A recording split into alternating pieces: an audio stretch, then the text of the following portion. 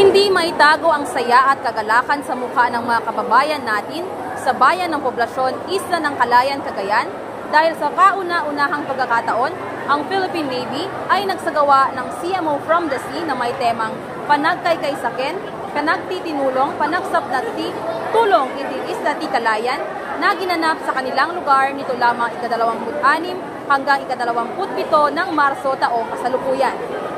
Ang nasabing aktibidad ay pinangunahan ni Commodore Edward Ike M. Desagon, Philippine Navy, ang commander ng Naval Forces Northern Luzon, at ng alkalde ng Isla ng Calayan, Cagayan na si Honorable Joseph M. Llopis.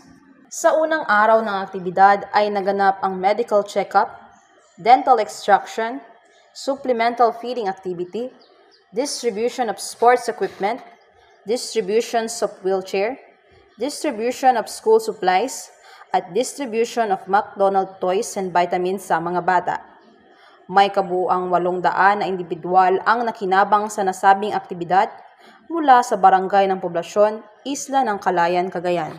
Sa pangalawang araw naman ay nagkaroon ng Fisher Folks Forum on West Philippine Sea na ginanap sa Poblacion Gymnasium kung saan binigyan ng kaalaman at paalala ang ating mga mangingisda tungkol sa mga basic rules ng karagatan at mga talakayan ukol sa West Philippine Sea.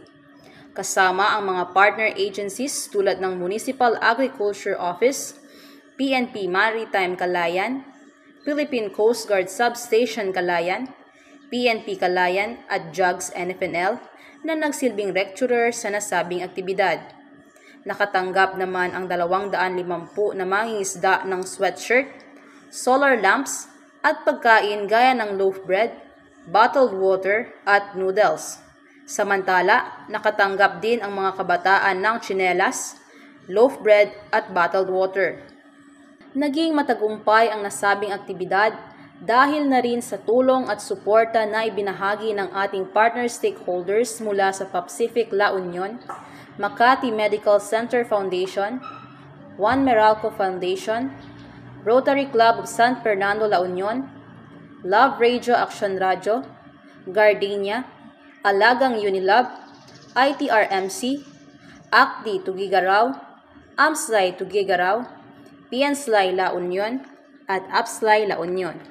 Nakatuon ang kaganapan sa collaborative health engagement at community relations upang suportahan ang operational tempo ng NFNL at ang civil military operations ng mga hakbangin sa geographically isolated and disadvantaged areas.